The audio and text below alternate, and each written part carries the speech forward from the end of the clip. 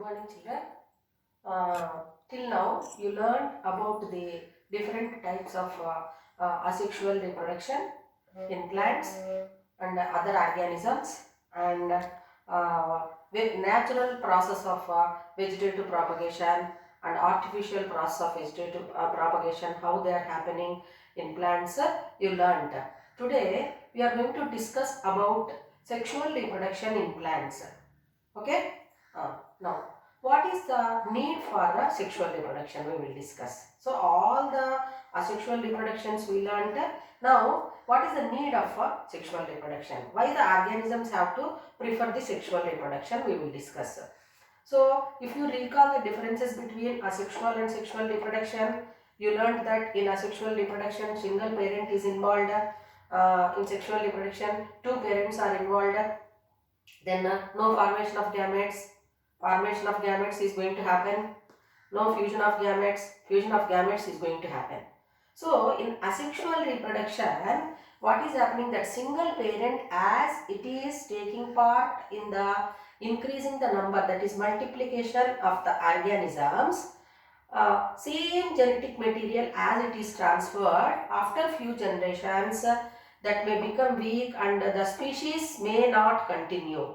Whereas in sexual reproduction, what is happening, as the two different parents are involved, so there is a recombination, or there is a receiving capacity of the characters from both parents, and that results in the recombination of genes, or in producing the new characters in the offsprings, which are very much resistant and which can survive in the surroundings. So that's why the organisms are preferring to go for sexual reproduction. So for example, if you take that Paramecium, it is going to reproduce asexually by binary fission. We know that single cell is going to divide into two, which we call it as binary fission. But sometimes to regain the characters, that Paramecia also, if conditions are favorable, then the Paramecia are undergoing a primitive type of sexual reproduction, which we call it as conjugation. Is it clear to children? So where the exchanging of genetic material is going to happen, and that helps in the producing offsprings of good species. Is it clear to children? So in this class, we will discuss about the sexual reproduction in the plants.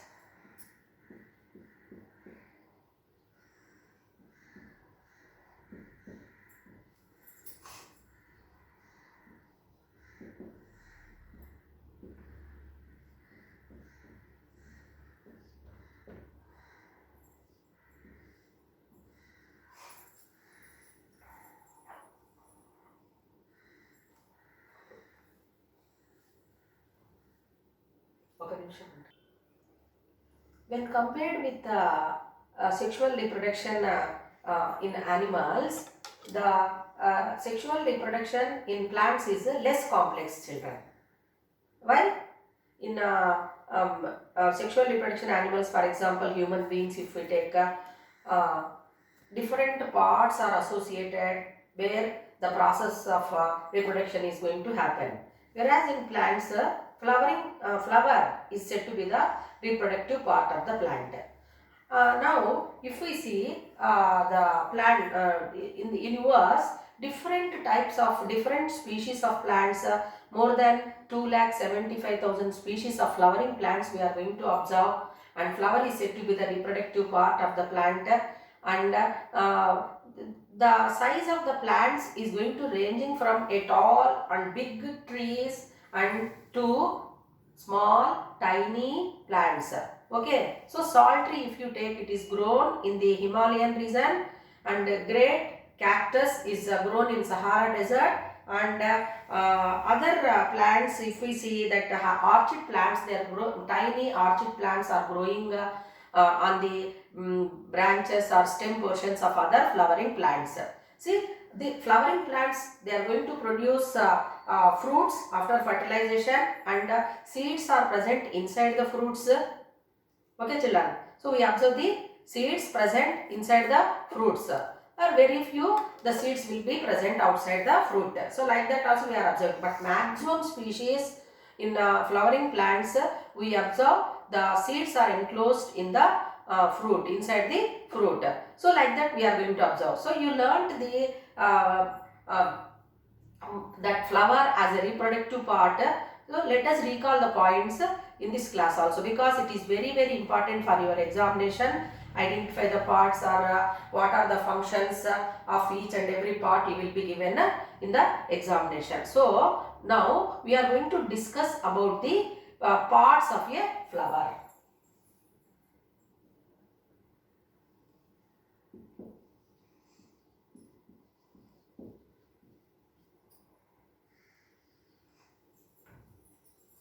Here we are going to take a typical example. What is that? Datura flower we are going to take. Datura.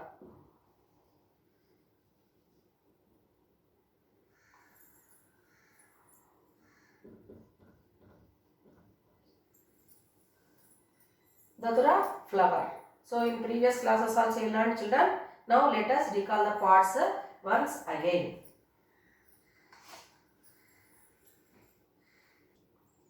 The reproductive parts of a flower, they are present inside. You can observe this one. Okay. So what are the parts? So this one, corolla, and these two structures, stamens, and this one, Gynosium,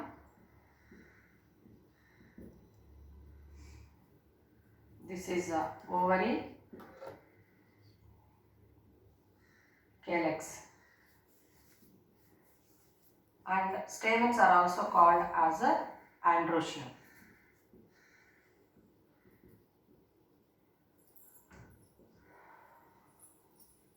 Gynosium, it is also called carpels. So now please look at this picture, LS of a Datura flower. Longitudinal section of a Datura flower. So here the reproductive parts are present inside the flower. I said, what are the reproductive parts which are taking part? Means this Androstrum and Gynosium. And we mentioned here other parts also. Is it not, children? So these two are taking part directly in the reproduction, and corolla and calyx are also there. What are they? Means if we observe this flower structure, the parts of the flower are divided into two, we can take. So first one is said to be accessory parts. Accessory parts of a flower. Second one is essential parts. Essential parts of a flower. So now you can understand what are the accessory parts of a flower. So here calyx and corolla are said to be the accessory parts of a flower, and essential parts, Androstrum and Gynosium are said to be the essential parts of a flower. Sometimes you will be given write a short note on accessory parts or essential parts, like that in examination. So you must know this one, accessory parts and essential parts. So now the flower, if we observe, okay children. So before it blooms, it will be in bud state, floral bud which we call. Okay, it grows in size, and it will have the different parts like this: corolla, stamens, gynosium, calyx, etc. Okay, so now under accessory parts, calyx and corolla. So calyx, so usually calyx will be very much tiny green color structures which we observe just underneath the flower. So this calyx is also called as sepals. So calyx is also called as sepals. So what is the use of these sepals? When the flower is in bud condition, so all the parts are just closed, no children. So that calyx is going to protect the flower. Okay, floral parts are protected when it is in bud condition because of sepals. Then next one, corolla. So this corolla is also called as petals. Petals. Okay.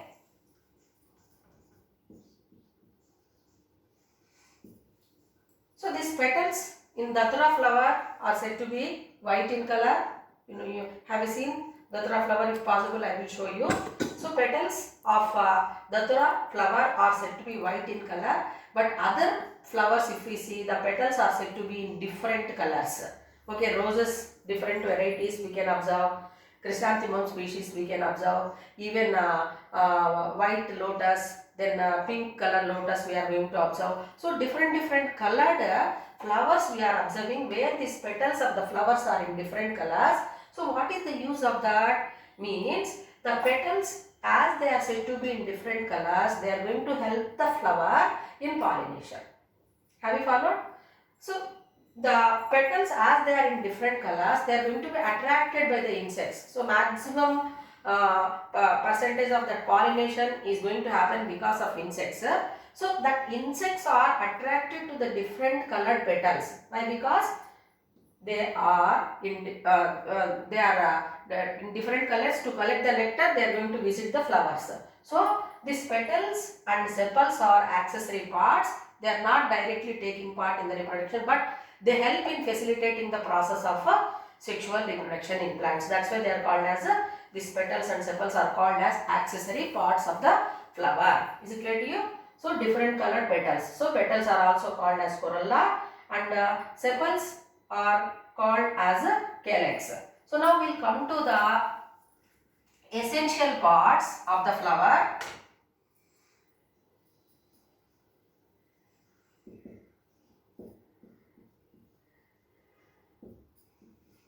Essential parts means directly they have to take part in the reproduction. Okay, the male reproductive part in the datura plant, it is said to be Androstrum.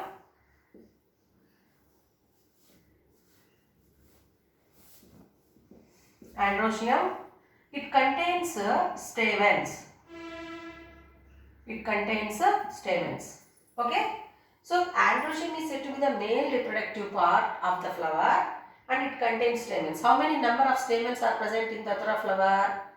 There are 5 in number. Very important. Okay. The number of stamens present in the datura flower, like that you will be given question.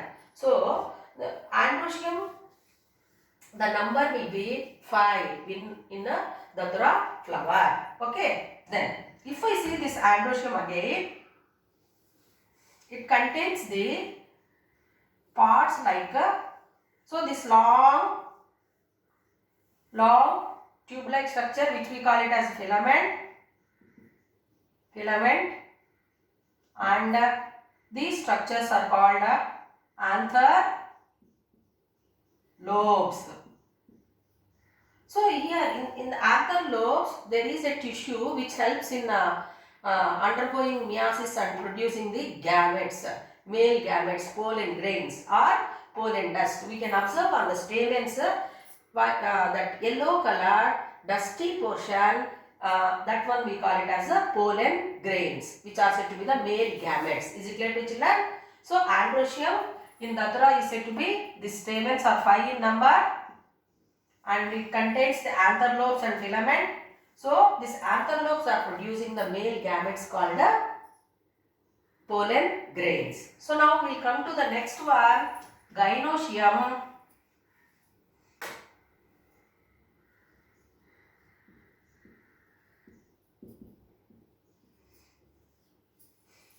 Gynosium, which is said to be the female reproductive part of the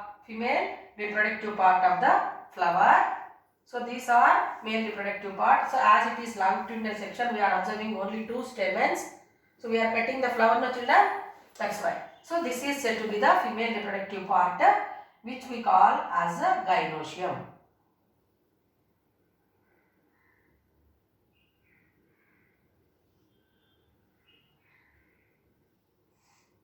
So it contains the very important parts. The Gynosium contains the very important parts. So here a knob-like structure we can observe, okay, which is sticky in nature and it is called as stigma.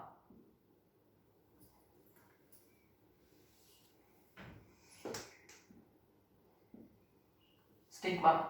And a tube-like structure all the way, this one we call it as a style. And this bulge portion, this one we call it as a ovary. Okay, and where all the parts are present, a cushion-like structure which we call it as thalamus. All the floral parts are present on the thalamus. Is it clear to you? So stigma, style, ovary are the important parts in Gynosium. Okay, so the ovary contains the carpels which are going to produce the female gametes called ova or eggs. And this portion is called stigma and this is said to be style. Is it clear to children? So the stalk of the flower we call it as pedicel. Pedicel. Is it clear to you? Stalk of the flower is called pedicel. In Telugu it is called as kada. So that one. Some flowers if we observe, they do not have the pedicel. Is it clear to you? If pedicel is there, we call those flowers as pedicellate flowers. So Datura is an example of a pedicellate flower. Is it clear to you? In some flowers like Nerium, Ganneru we call. Okay. So even Chrysanthemum if we observe, pedicel is not there. Then what do we call such type of flowers? Sessile flowers. Is it clear to you? Pedicellate flowers and sessile flowers. So these are the different parts of the flower. So accessory parts and essential parts. Is it clear to children? Okay. So remember here 5 stamens are present and the Gynosium contains stigma, style, ovary. Very important for your exam. Okay. Corolla is also called petals. Then calyx, sepals. Okay. So corolla, what is the use of corolla or petals? It helps in pollination. It attracts insects. Then calyx will protect the flower when it is in bud condition. And these two parts are Androstrum and Gynosium are directly taking part in the reproduction. Till now you learnt about the parts of the flower. Now let us recall the points related to flower. Okay, which you read in previous classes. So Datura flower, if we take example, what are the parts means you learned calyx, corolla, androecium and gynosium. Like that 4 parts you learned. So if all the 4 parts are present, so common parts are calyx and corolla. Common parts are calyx and corolla. So these 2 parts are present in all flowers. Is it clear to children? So apart from these 2 flowers, we are observing the reproductive parts. That is reproductive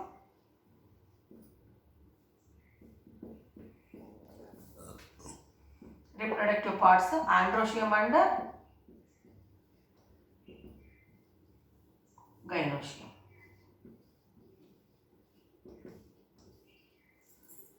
We are going to observe androecium and gynosium. So if all the floral parts are present, calyx, corolla, androecium and gynosium, all 4 parts are present, then those flowers are called as complete flowers. Complete flowers. Why they are called? All floral parts are present. That's why that calyx, corolla, androecium and gynosium, if all floral parts are present, then they are called as complete flowers. But here we are going to consider this part, reproductive parts. So the flower contain androecium and gynosium. Okay. So these 2 parts are present. Then what do we call? They are called as a bisexual flowers. Is it clear to children? Bisexual flowers means what? Androstrum and Gynosium both are present. These are the male and female reproductive parts. They are present in the flower. Both are present. So then those flowers are called as bisexual flowers. Give an example of bisexual flower which you read. Yes, you are right. That is said to be Datura flower. Okay. And hibiscus, what you are observing. Then other lotus, it is also a bisexual flower. So many bisexual flowers we are going to observe in our day-to-day life. What is the meaning of bisexual flower? Androstrum and Gynosium are present in the same flower. Sometimes what is happening?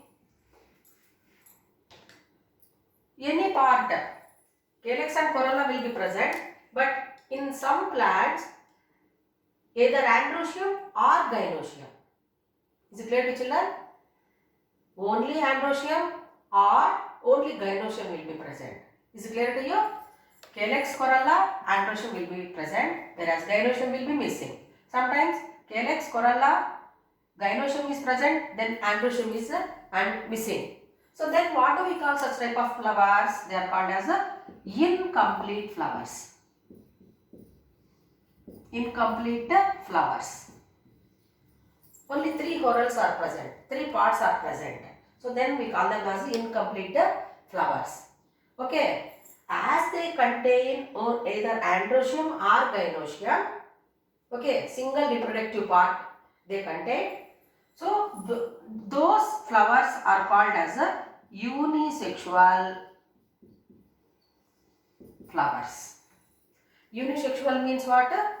Only Androstrum will be present along with these two, or calyx, corolla, Gynosium may be present.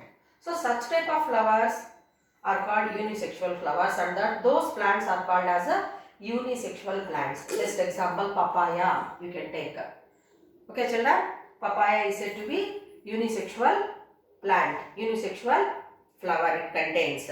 Okay, even all the types of gourds, red gourd, bottle gourd, okay, all the gourds, cucumber, all these are examples of unisexual flowers. Is it clear to children? Unisexual flowers, they contain calyx, corolla and either Androstrum or Gynosium. Is it clear to you? Like that, they are called as unisexual flowers. Today we discussed about the different parts of the flower. Tomorrow we will discuss about the other content of the lesson. Thank you.